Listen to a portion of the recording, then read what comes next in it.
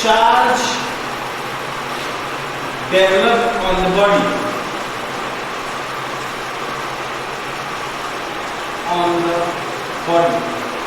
अब ये देखो सर, ये लोचा हो जाएगा, बस इतना ही डाल लिया इसमें कि उसने इतना मास एक्वायर कर लिया। अब उसका अपने पास में कितना मास हो चुका है, ठीक है सर। तो उसका मास कितना हो गया, इतना पहले जितना था उतना था, उसमें उतना और जोड़ दिया उसने, 1.2 मिलेगा, ठीक है। तो कंसेप्ट की बात करते हैं, तो कंसेप्ट लिखते हैं सबसे पहले। देखो सर, कंसेप्ट की बात करते हैं तो हम लोग सबसे पहले किसकी बात करेंगे, कंसेप्ट कैसे हैंडल करते हैं। हम जानते हैं क्या है, charge on electron, charge on electron कितने के बराबर होता है, दैट इज 1.6 इंटू 10⁻⁻19 कूलम, इतने की चीज, ठीक है। ये चार्ज हो गया। दूसरी चीज हमारे पास में मास of electron, mass of electron, electron है वो कितना होता है 9.1 इंटू 10⁻31 kg, इतना मास होता है, ठीक है सर।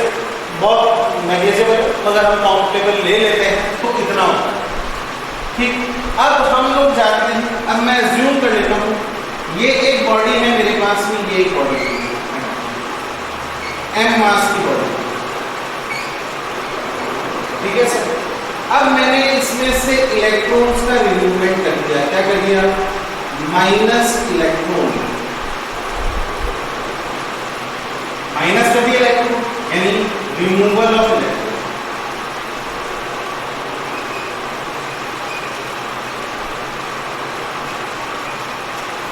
रिमूवल ऑफ इलेक्ट्रॉन, तो रिमूवल ऑफ इलेक्ट्रॉन यानी losing of electrons creates positive charge. इससे हमें क्या पता चलेगा कि यहां पे क्या बनेगा, M पॉजिटिव, बिल्कुल यही बॉडी थी, इसमें मैंने क्या कर दिए, इलेक्ट्रॉन्स ऐड कर दिए, क्या कर दिया भाई साहब, इलेक्ट्रॉन्स को क्या कर दिया, ऐड, प्लस इलेक्ट्रॉन, प्लस यहां पे क्या हो रहा है, गेनिंग ऑफ इलेक्ट्रॉन,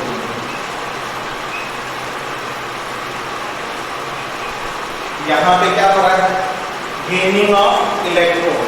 तो मेरे पास में gaining of electron creates negative charge, तो यहां पे M माइनस। अगर मैंने एक इलेक्ट्रॉन भी कम किया, इतना मास कम हो गया, और एक इलेक्ट्रॉन ऐड किया तो इतना मास ऐड हो गया। तो अब ये बात बताओ आपको कि हमारे पास में सबसे ज्यादा मास किसमें, M नेगेटिव में, M पे या फिर M पॉजिटिव में, तो यानी सबसे ज्यादा मास M नेगेटिव में, फिर M में और फिर M पॉजिटिव में। ये मेरे पास में मास स्ट्रक्चर हो गया। यानी आपके पास में अगर मास गेन होता है तो कौन सा चार्ज बनेगा, नेगेटिव। अगर मास रिमूव्ड होता है कौन सा चार्ज बनेगा, पॉजिटिव। क्या बनेगा, पॉजिटिव। अब कितना चार्ज बनेगा, कैसे बनेगा, उसकी बात करते हैं, ठीक है सर। इफ हम लोग अज्यूम कर लेते हैं, तो अजम्पशन पे हम लोग यहाँ पे कंसेप्ट में अजम्पशन पे बात करते हैं, तो if n electrons are removed, if n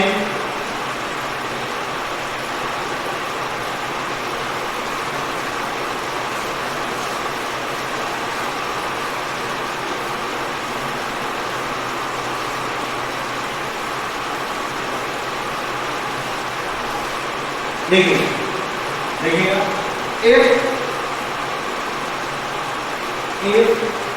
n electrons are removed, then loss mass small m, कितना मान लिया मैंने, स्मॉल m। तो मेरे पास में मास ऑफ 1 इलेक्ट्रॉन कितना होता है, मास ऑफ 1 इलेक्ट्रॉन कितना है, 9.1 इंटू कितना, ठीक है सर। अब मुझे नंबर ऑफ इलेक्ट्रॉन्स निकालने हैं, तो number of electrons is equal to क्या हो जाएगा, लूज और gain mass divided by mass of electron, divided by mass of electron, यानी n is equals to small m divided by mass of electron, small m divided by mass of electron, इतना हमारे पास है। then charge on body q is equals to क्या होता है, me, and q is equals to small m divided by me multiplied by e, इतना हो जाएगा हमारे पास। ठीक है सर, तो अब देखो सर, तो सॉल्यूशन देखिएगा, सॉल्यूशन कर लेते हैं इस क्वेश्चन का। हमारे पास सॉल्यूशन क्या हो जाएगा हमारे पास में, देखिएगा। अब सॉल्यूशन बात करते हैं तो हमारे पास में क्या हो जाएगा, 1.2 mg, तो स्मॉल m कितना रहेगा हमारे पास में, स्मॉल m रहेगा 1.2 mg। 1.2 mg का मतलब कितना हो गया हमारे पास में, 1.2 multiply by 10 to the power minus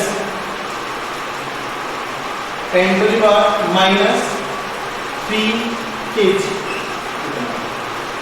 ठीक है, अब अगली बात, मास ऑफ इलेक्ट्रॉन कितना होता है, 9.1 into 10 to the power minus 31 kg।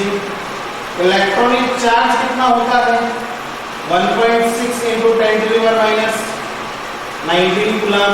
तो इसको सॉल्व करते हैं हम लोग, then Q is equal to 1.2 into 10 to the power minus 33 into 1.6 into 10 to the power minus 19 upon 9.1 into हमारे पास में 9.1 इंटू हमारे पास में कितना हो जाएगा, 10 टू द पावर माइनस 31।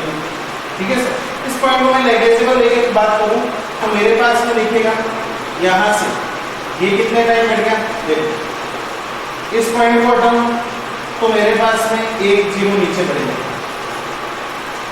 आप लोग सॉल्व कर लीजिए, देखो मैं बता रहा हूं आपको कैसे सॉल्व करना है, फटाक से सॉल्व करना है। यहाँ से देखिएगा Q 1.2 है, 1.6 को अलग कर लो और 9.1 को अलग कर लो, इंटू मल्टीप्लाई करो तो 31 ऊपर जाएगा पॉजिटिव का, 19 एंड 3 कितना होगा मेरे पास में 22 में से देखना सर, 22 में से 31 माइनस 22। ठीक है सर, 31 में से 22 हमारे को सब्ट्रैक्ट करना है, तो देखो इसके 9 बचे यहाँ से, तो क्यों, और यहाँ से देखिएगा सर ये 3 वजह से 3 जा 9, 3 टाइम्स 0.1 को मैं नेगेटिव ले रहा हूँ। ठीक है, 3 4 जा 12 0.4। अगली बात 3 वजह अपने पास में 3 6 कितने होते हैं 18 के अप्रोक्सीमेट है 6 है, तो मैं यहाँ पे लिख देता हूँ इसको 0.58। ये कैसे, कोई दिक्कत तो नहीं। अब इसको आप मल्टीप्लाई करवा लीजिए, कितना हो गया देखिए 3 पॉइंट से बाद में 0 बना, तो अपने पास में 8 4 32 2 3 कैरी है 28 3 23, तो अपने पास में 0.23 इंटू 10 टू द पावर 9 ये मेरे पास।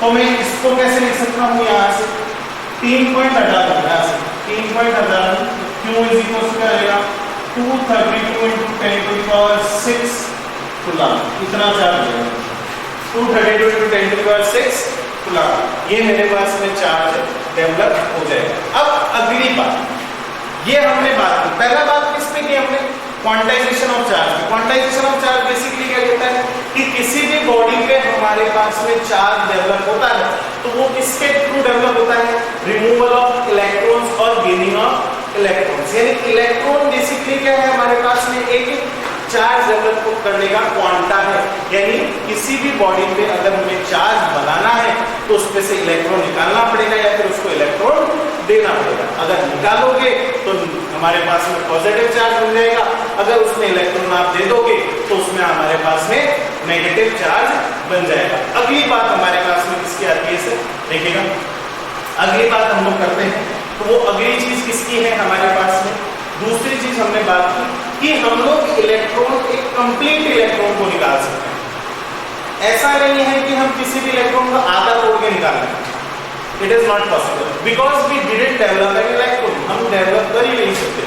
तो हम लोग क्या कर सकते हैं, एक इलेक्ट्रॉन को कंप्लीट निकाल सकते हैं। तो इससे क्या पता चला कि क्वांटाइजेशन क्या कहता है कि the charge on a body is integral multiple of electronic charge, that is Q is equals to plus minus n into E.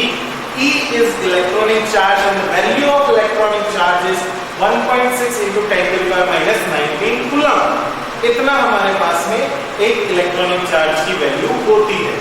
n is E, n belongs to integer number. It may be plus 1, minus 1, plus 2, minus 2 और 0 also. यानी अगर किसी body पे 0 है charge, इसका मतलब क्या है, वो न्यूट्रल बॉडी है।